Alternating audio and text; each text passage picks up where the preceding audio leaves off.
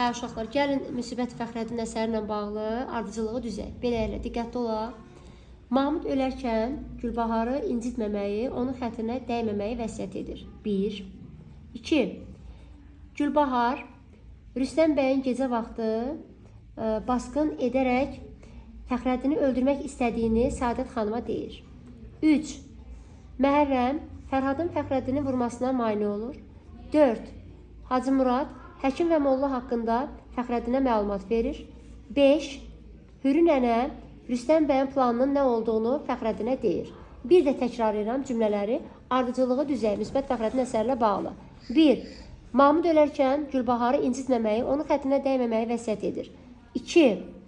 Gülbahar Rüstəm bəyin gecə vaxtı basqın edərək Fəxrəddini öldürmək istədiyini Səadət xanıma deyir. 3. Məhərrəm Fərhadın Fəxrəddini vurmasına mane olur. 4. Hacı Murad deməli həkim və molla haqqında Fəxrəddinə məlumat verir. 5. Hürü nənə Rüstəm bəyin planının nə olduğunu Fəxrəddinə deyir. Beləliklə ardıcılığı düzək. Ardıcılığı düzək.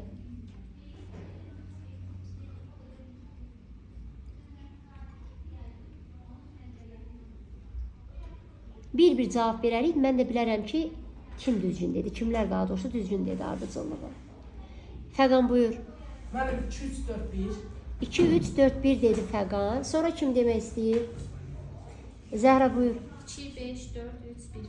Sən də belə dedin. Sonra hələ ki demirəm kim düz deyir, kim səhv deyir. Hələ ki baxırıq. Zeynəb. Nə, de görüm.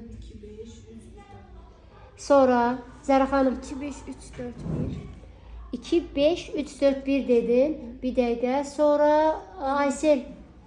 2-5-4-3-1. Türkanə. 2-5-3-4-1. Yaxşı, Nüşabə. 2-3-1-4-5. Aysun. 2-4-5-1. Şirinova. 2-5-4-3-1. Hamınız da səhv dediniz. Bu ne bir abırçılıq idi. Səhv dediniz. 2, 4, 5, 3, 1. 2-4. Bəli. 2, 4, 5, 3, 1. İndi baxın görək. Düzdür yoxsa yox? Bir hadisələrin ardıcılığını Sübhandan soruşmadıq. Yaddan çıxdı Sübhan. Hə. 2, 4, 5, 3, 1.